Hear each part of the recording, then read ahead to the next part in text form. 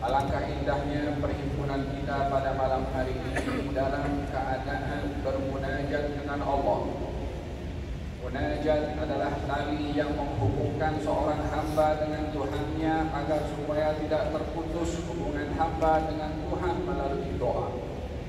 Oleh sebab yang demikian di dalam Al-Quranul Karim Allah Subhanahu wa taala berfirman, "Ud'uuni astajib lakum." Mintalah kamu kepada aku kabulkan doa kamu. Janji Allah Subhanahu wa taala untuk mengabulkan doa setiap orang yang berdoa, "Sallallahu wa anta muqinun bil ijabah."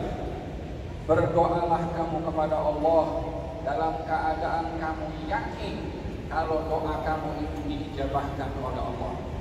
Harapan kita pada majlis munajat pada malam hari ini, sementara kita berada di rumah Allah Subhanahu wa taala menjadi tetamu kepada Allah Subhanahu wa taala, pun alal mazuri an yukrima zairah, yang diziarahi itu hendaklah melayani kepada sesiapa yang berziarah. Berada di rumah Allah, menjadi tetamu kepada Allah, akan dilayan oleh Allah. Harapan kita moga-moga doa kita dan munajat kita dikabulkan oleh Allah Subhanahu wa taala. Amin, Allahumma amin. Majlis ini penuh dengan sakinah disebabkan kita mencari ridha Allah Subhanahu wa taala. Bagaimana tidak, di dalam hadis Nabi Muhammad sallallahu alaihi wasallam, beliau memberitahukan bahwasanya majlis seperti ini menjadi tumpuan para malaikat. Inna lillahi malaikatan sayyarina fil ardh. Allah menciptakan malaikat yang berkeliling di atas muka bumi ini. Kalau mendapati majlis zikir,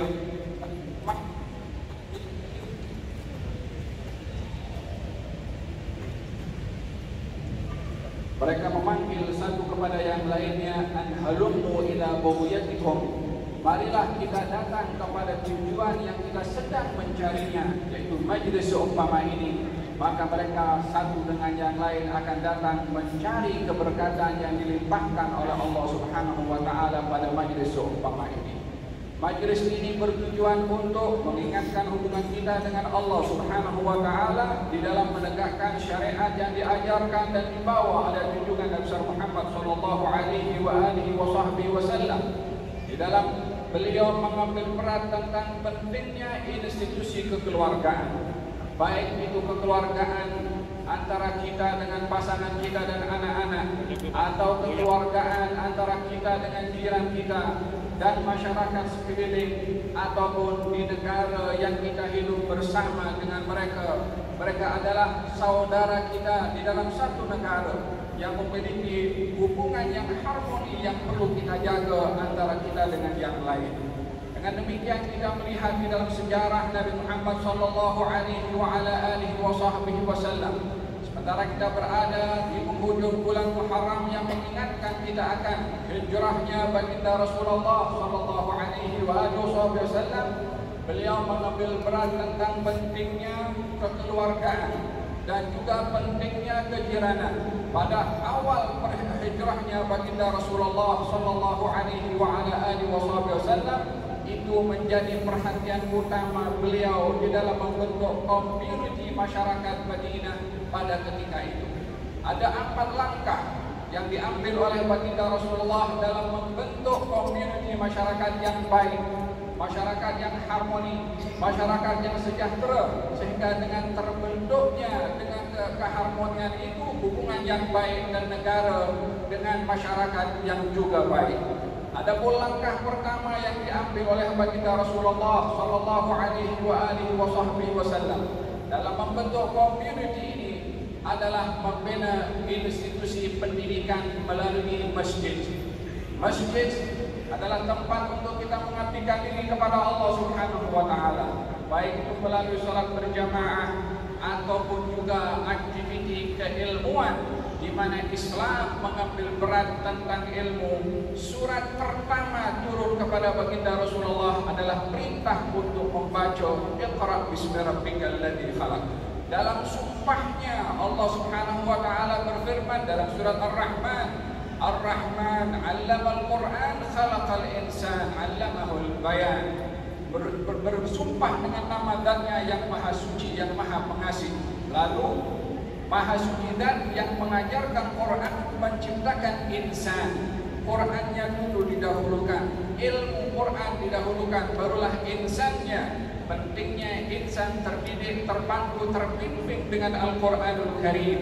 Itulah tujuan utama baginda Rasulullah sallallahu alaihi wasallam membina institusi masjid di Madinah yang dikenal dengan Masjid An-Nabawi.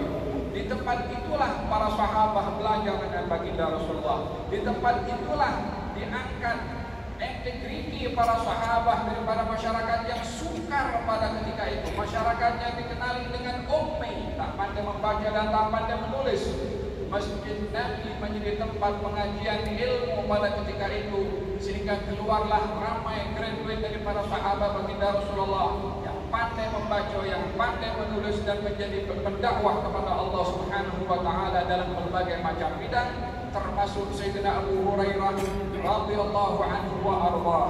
Tidak cukup concern Nabi pada pendidikan kepada kaum laki-laki, baginda juga mengambil peran tentang pendidikan kaum wanita. Ketika didatangi oleh beberapa orang muslimat pada ketika itu, mengatakan kepada Rasulullah, "Ya Rasulullah, lelaki ini banyak masa dengan engkau dan kami tak ada masa untuk belajar dengan engkau." Maka baginda mengatakan, "Tetapkan masa yang sesuai untuk kamu, aku akan datang untuk mengajarnya." Demikian sabda Nabi Muhammad sallallahu alaihi wasallam mengambil peran tentang pendidikan. Masyarakat tidak akan terbina syakhsiyah tanpa ilmu pengetahuan. Komunitas tidak akan hidup harmoni tanpa ilmu pengetahuan. Innama bu'istu mu'allima. Saya diutus oleh Allah Subhanahu wa taala sebagai seorang muallim, sebagai seorang yang mengajarkan ilmu. Institusi ini menjadi imarah di masjid baginda Rasulullah, sehingga setelah wafatnya baginda Rasulullah, Sayyidina Abu Hurairah datang pergi ke pasar memberitahukan kepada kaum muslimin, wahai kaum muslimin, kamu sibuk jual beli di sini, sementara warisan Rasulullah sedang diagihkan di masjid. Maka mereka tertanya-tanya, apakah warisan yang diagihkan oleh Rasulullah daripada milik Rasulullah? Sesungguhnya para nabi tidak mewariskan dinar ataupun dirham. Apa gerangan daripada warisan itu? Didapati dalam masjid halaqah ilmu yang sedang berlangsung. Maka Abu Hurairah mengatakan kepada yang bertanya, itulah warisan Rasulullah sallallahu alaihi wasallam. Nahnu ma'asyaral anbiya la nuwarithu dinaran wala dirhaman wa innama warathu al-ilma. Kami para nabi tidak mewarisi dinar ataupun dirham, tapi yang kami wariskan adalah ilmu. Inilah langkah pertama Nabi membina komunitas masyarakat di Madinah melalui institusi pendidikan, yaitu di masjid. Yang kedua, yang menjadi langkah baginda Rasulullah adalah persaudaraan antara kaum muslimin, antara kaum muhajirin dan ansar. Allah Subhanahu wa taala berfirman dalam Al-Qur'anul Karim, "Innamal mu'minuna ikhwatun faslihu baina akhawaykum."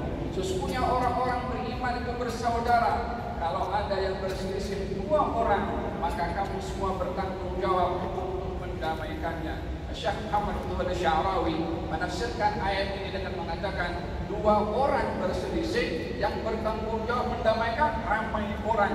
Apatah lagi dalam berselisih ramai orang, semakin berat tanggung jawab untuk memperdamaikan. Demikian perintah Allah Subhanahu wa taala di dalam Al-Qur'anul Karim, diterjemahkan oleh baginda Rasulullah akan arti persaudaraan dan persatuan yang mesti terjalin antara kaum muslimin satu dengan yang lainnya.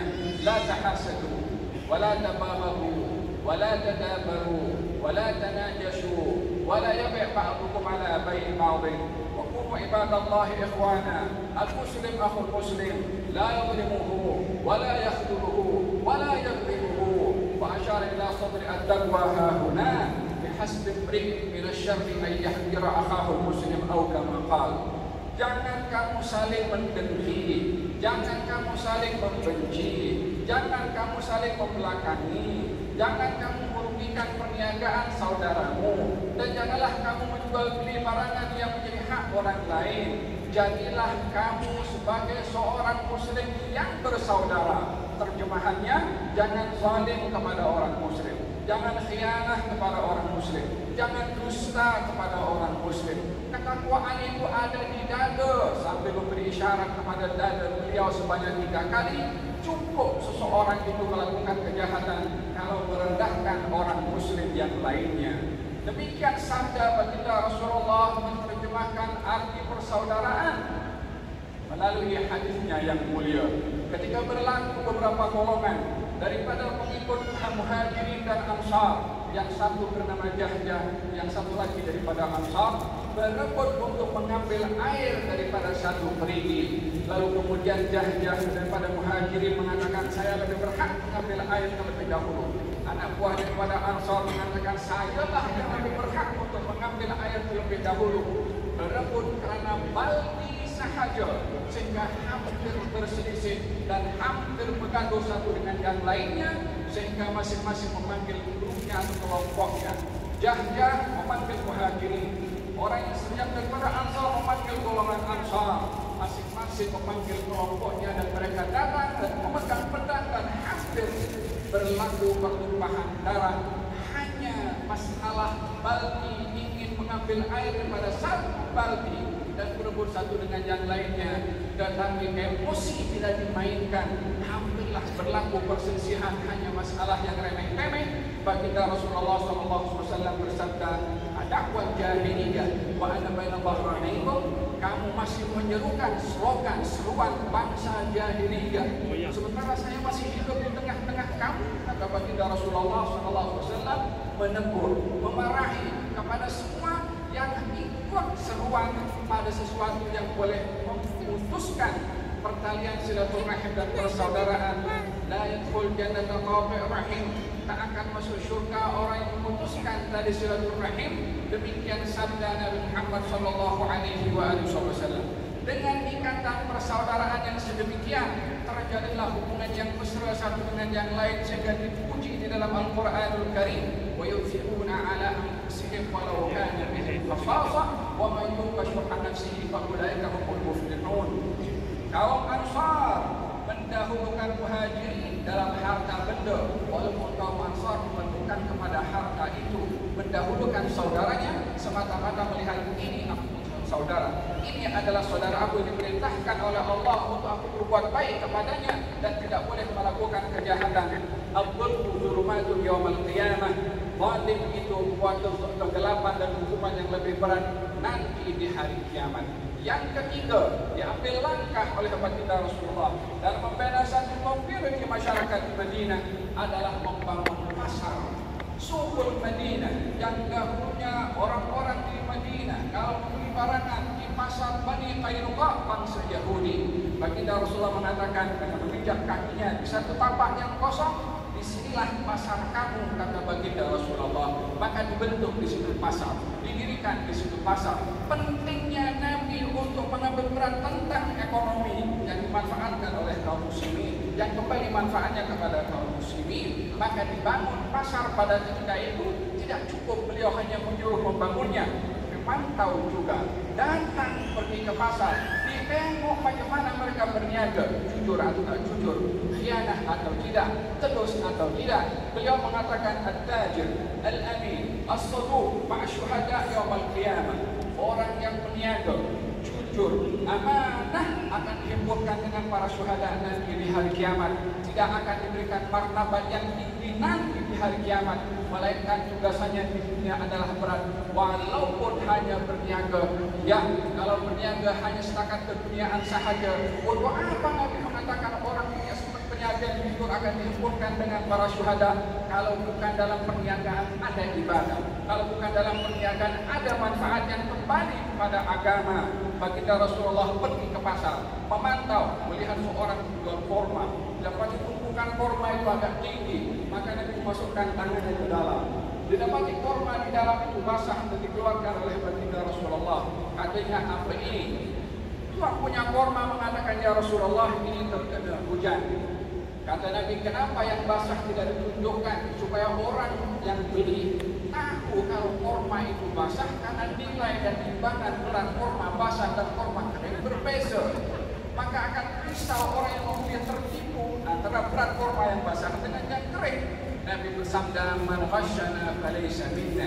Orang yang menipu bukan golongan daripada kami, kata baginda Rasulullah. Pasarnya dibangun, dipantau juga, ada sistem yang diatur oleh Nabi sallallahu alaihi wasallam, dan juga ini bertujuan agar supaya kaum muslimin bekerja, tidak malas, berniaga, menjadi seorang bisnismen. Itulah yang dimaksudkan oleh Nabi sallallahu alaihi wasallam dalam membangun pasar. Yang terakhir menjadi langkah Rasulullah dalam membangun komunitas masyarakat di Madinah adalah membuat piagam Madinah yang mengatur hubungan baik, damai, mesra, sejahtera dengan jiran-jiran sekeliling kota Madinah, baik itu Yahudi Bani Qainuqa, Yahudi Bani An-Nadir, Yahudi Bani Quraidah, semuanya dibuat perjanjian damai mesra oleh baginda Rasulullah sallallahu alaihi wasallam. La yanhaakumullahu 'anil ladzina lam yuqatilukum fid din wa lam yukhrijukum min diyarikum an tabarruhum wa tuqsitu ilaihim innallaha yuhibbul muqsitin. Sesungguhnya Allah tidak melarang kamu, wahai kaum muslimin, menyikapi kepada orang bukan Islam yang tidak memerangi kamu, yang tidak mengusir kamu, untuk kamu bersikap al-bir dan juga al-qist. Al-bir, al-ihsan. Diperintahkan oleh Allah dalam ayat ini untuk kita berlaku ihsan dulu, kemudian adil. Apa bezanya antara ihsan dengan adil? Ihsan memberikan yang lebih daripada selayaknya, adil memberikan apa yang menjadi hak kepadanya. Demikian dalam Al-Quran Karim dijelaskan oleh Allah Subhanahu wa Ta'ala cara menyikapi kepada kaum muslimin, kepada orang bukan Islam dengan akhlak yang diajar oleh Allah Subhanahu wa Ta'ala di dalam Al-Quran dan diterjemahkan oleh baginda Rasulullah. Jiran baginda Rasulullah seorang Yahudi yang kadang-kadang datang ke rumah Rasulullah ketika sakit diziarahi oleh baginda Rasulullah Sallallahu Alaihi Wasallam, yang akhirnya diajak untuk beriman dan beriman kepada baginda Rasulullah. Dengan dasar ini dididik para sahabat oleh Nabi Muhammad Sallallahu Alaihi Wasallam untuk memartabatkan ilmu, mengambil peran tentang persaudaraan dan persatuan, mementingkan nilai ekonomi dengan cara yang halal, dan juga berbaik dengan bangsa dan agama lain. Itulah dasar di mana baginda Rasulullah berjaya membina satu community di Madinah pada ketika itu. Kita berdoa kepada Allah Subhanahu wa Ta'ala dengan majlis yang penuh dengan barakah, majlis yang penuh dengan sakinah, majlis yang penuh dengan kebaikan dari Allah Subhanahu wa Ta'ala. Moga-moga Allah Subhanahu wa Ta'ala memberikan rahmat kepada kita semua, memberikan hidayah kepada kita semua, dan kita sedang menunggu kedatangan hari kemerdekaan Malaysia. Moga-moga hari kemerdekaan tahun ini menambahkan lagi keberkatan kepada negara kita, keharmonian, kestabilan, kemakmuran. Birahmatika ya arhamar rahimin. Ya Allah, Engkau Tuhan kepada segala ciptaanmu. Kami adalah bahagian daripada hamba-hambamu. Menadahkan tangan kepada Engkau. Adalah negara yang makmur, negara yang penuh dengan barakah, seperti mana Engkau janjikan kepada satu negeri, kalau rakyatnya beriman dan bertakwa akan diturunkan keberkatan. Walau anna ahlul qura amanu wattaqau la fatahna 'alaihim barakatun minas samai wal ardh. Kalau penduduk negeri itu beriman dan bertakwa, kami buka pintu-pintu keberkatan daripada langit dan juga daripada bumi. Ya Allah, jadikanlah negeri ini yang Kau turunkan keberkatan daripada langit dan daripada bumi. Jadikan kami orang beriman, jadikan kami orang bertakwa. Birahmatika ya arhamar rahimin. Wa sallallahu ala sayyidina Muhammadin wa ala alihi wasallam. Alhamdulillahi rabbil alamin.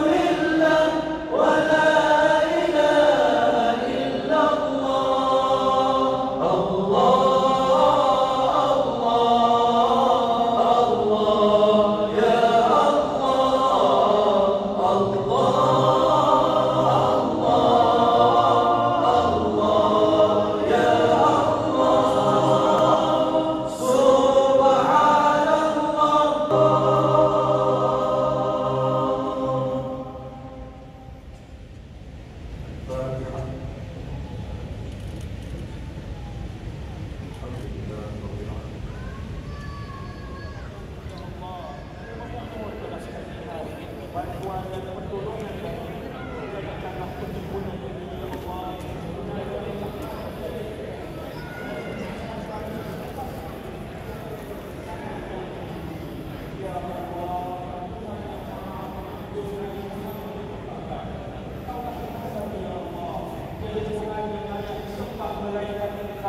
Engkau menciptakan kami dan kami adalah hamba.